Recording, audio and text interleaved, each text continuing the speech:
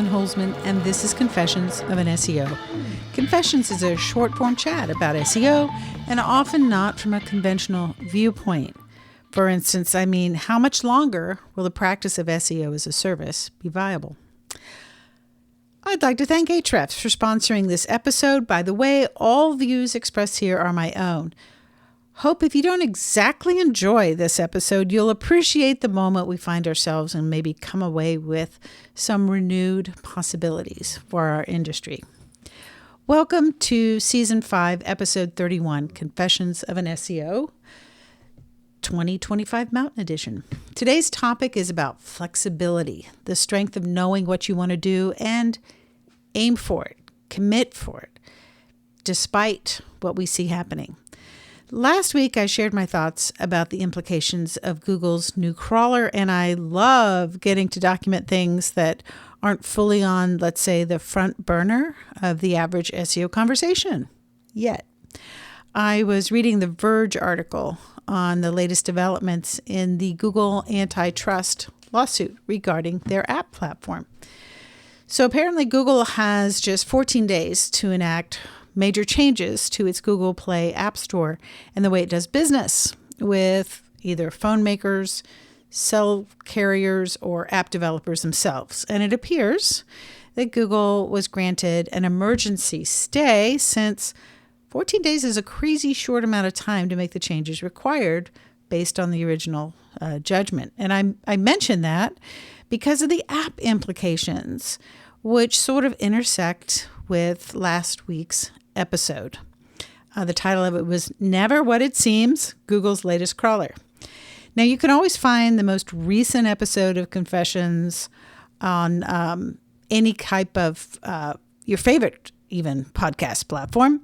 And subscribing is a great way to support the work of the podcast. Thank you to Ahrefs as a sponsor of this episode.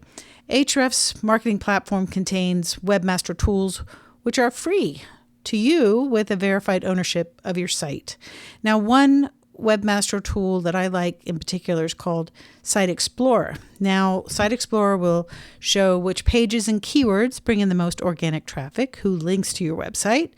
So you can kind of study and see where your organic search traffic is coming from and your backlink profile, like who links to your site. You can see what words your website is ranking for in Google, identify which pages are bringing you the most traffic from search, and uncover websites and pages linking to you. And there's a whole lot in that tool. Now, you can start at no charge by simply verifying your site and using the Site Explorer. In preparation for this week's topic, I had to do a little deep breathing and getting centered on what I truly wanted not to just cover as a topic, but as an SEO, kind of what to really take away after listening to this. Some of you know that in a past life, before I became an SEO, I was a freelance orchestral violist. Viola is like a violin, but bigger and tuned like a cello. Then I went into music typesetting as a service. And that's a process of publishing music so that it looks printed and not as though it was like written out by hand. And then I landed on CD and DVD, mass production studio for film and music. Now, I would assist the, bands and those in music and film by creating retail-ready CDs, DVDs, Blu-ray discs, in mass quantities so that my clients could put these items up for sale, either as mail order or merch at their shows. Now, you can kind of see that all of those probably have been things that I pivoted on, things that I was doing one thing and then shifted over. Now, I came into digital marketing through both my need for marketing the CD business, but also with an eye to my propensity for the tedious and ultimately lucrative efforts that you can achieve by marketing a company online. And I talked about that a lot early on in season 1 of Confessions. And again, I share that now because I find that we who are in the business of selling SEO as a service, the business model for that is not just broken. It's kind of just a matter of time before everybody sees it really no longer as viable.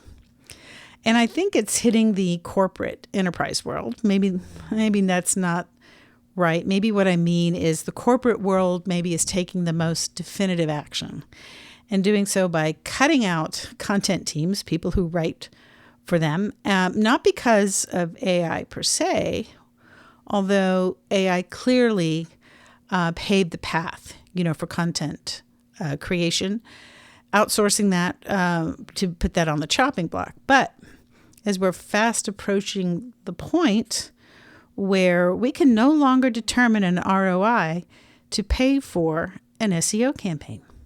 And it doesn't mean that the function of SEO has stopped working. That's just fine. It's the ability to sell that as a service that has either stopped for some or will stop working for many. When talking about helpful content and how every SEO agency sells a package, a lot of that package is work that's put into writing new content, but not necessarily new topics. And the receiver of all this content is the business website. And yet all this new content hitting the business website may not be in the highest good of those businesses.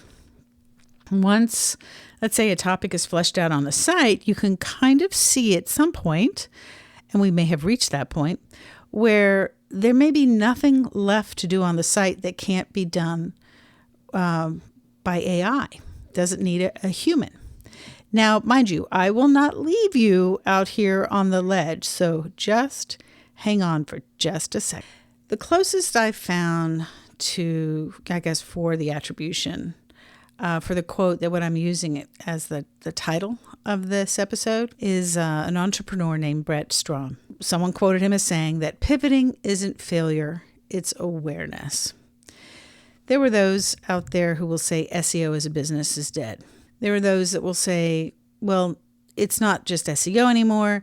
Now it's AIO, AI optimization. I'm not sure that any of that is completely right or completely wrong.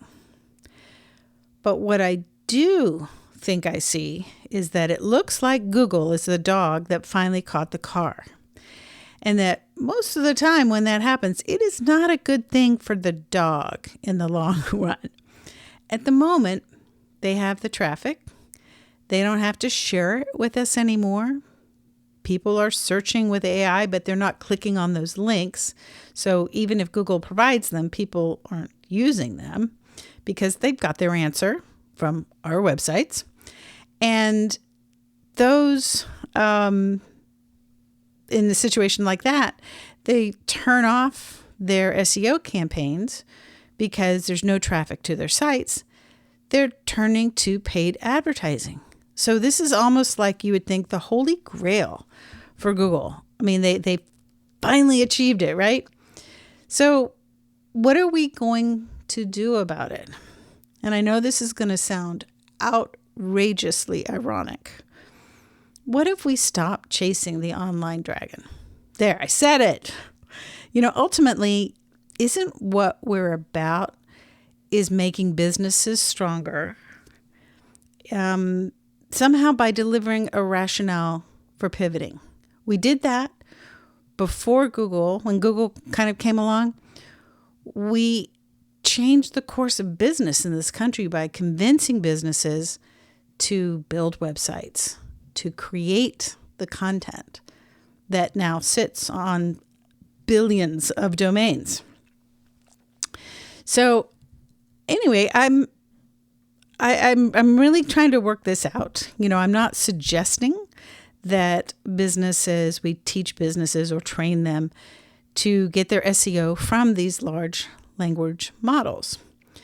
What I'm talking about is let's force the question, does it make U.S. businesses or any business in the world, stronger for Google to go to the answer model it's achieved instead of a search model that they had before. Now, who is asking that question, right? I know Google has to survive, like corporations. It's like, they're not going to do anything that's going to hurt them. But even so, the question that no one seems to be asking is, how is this good for business? Unless you own an AI, unless you are teaching courses on AI, having conferences on AI. I mean, that's kind of like a pivot of sorts, but I don't know that we necessarily have stronger businesses. Now, hasn't it always been the fact that stronger businesses are ones that own their own data, the one that can reach out and touch a real prospect or a former customer or client at will? SEO has always been a specific tool used in digital marketing, but it isn't the entirety of marketing. What if now our mission has pivoted to showing businesses that there's a path to stronger positions than getting to spot one, page one in Google? There are people right now with breakthrough creative insights and analysis and new work that are choosing not to publish their findings. I mean, at least not on the web. They are actively wondering, why should they put their work on a website to only have AI steal their answers? And it's not just answers AI takes. Sadly, I know of at least one colleague, and there may be many more, who have watched all of the major AIs take what was their own private research, and the AIs have not just indexed it and shared it, but they've actually absorbed it into themselves, and they claim it as their own, and they're raising funding with it, all without a by your leave, do you mind, can I take this? Ultimately, when there is nothing new available digitally online and accessible to all, what will AI do then? We already know that not only do they hallucinate, but apparently they will, just for the sake of it, choose to lie about an answer. And unless you know that's not true, it's hard to challenge that, right? So what if, I guess what I'm trying to say is I think this last part is crucial to understand, especially in the field of SEO. If it's possible for these large language models to stop providing correct answers to people and to teams who don't know enough, to question the answer they got. If they don't understand how anything works and they just do what they're told, what happens when these LLMs stop helping?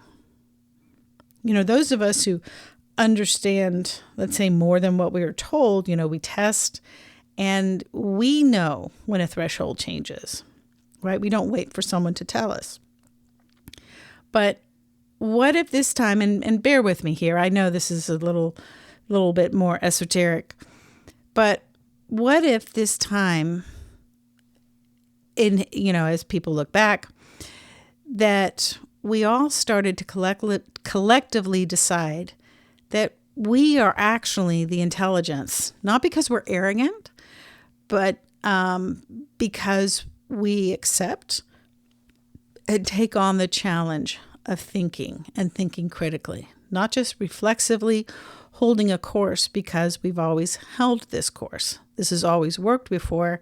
It'll work again. We just need to do more of it. Now, for the first time in a while, I'm kind of excited by this possibility that there's a way, because, SEOs have never been the ones to give up. We're like the little tiny schooners, that can shift and turn on a dime.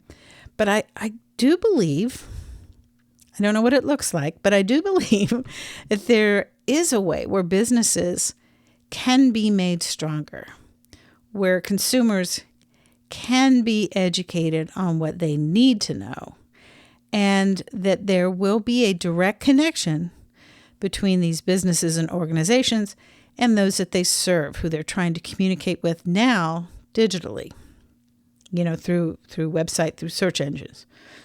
Now, again, I don't know what that looks like, but I do believe it is possible. I'm willing to believe that it's possible. And I think the ones of us who figure out that one will never again have to worry about a search engine making fourth quarter pivots. Yes, I do have a dream. That's it for me this week. Thank you for being a listener. If you have questions about today's topic or you want to talk about it more, you can reach out and text any questions to Confessions at 512-222-3132. Thank you again to Ahrefs for being the sponsor of this episode. Check out the link in the description to get free access to their webmaster tools. Indexilla is my search engine discovery tool designed to help get your pages found and indexed without relying on things that no longer work. You can find it at indexilla.io. As a sustaining member, at $18 a month, you can become a member of my indexation group, Crawl or No Crawl, and receive status reports to answer the question, is it me or is indexing off today? Just search for Crawl or No Crawl. Thank you for listening, and until next week, I'll see you in the SERPs.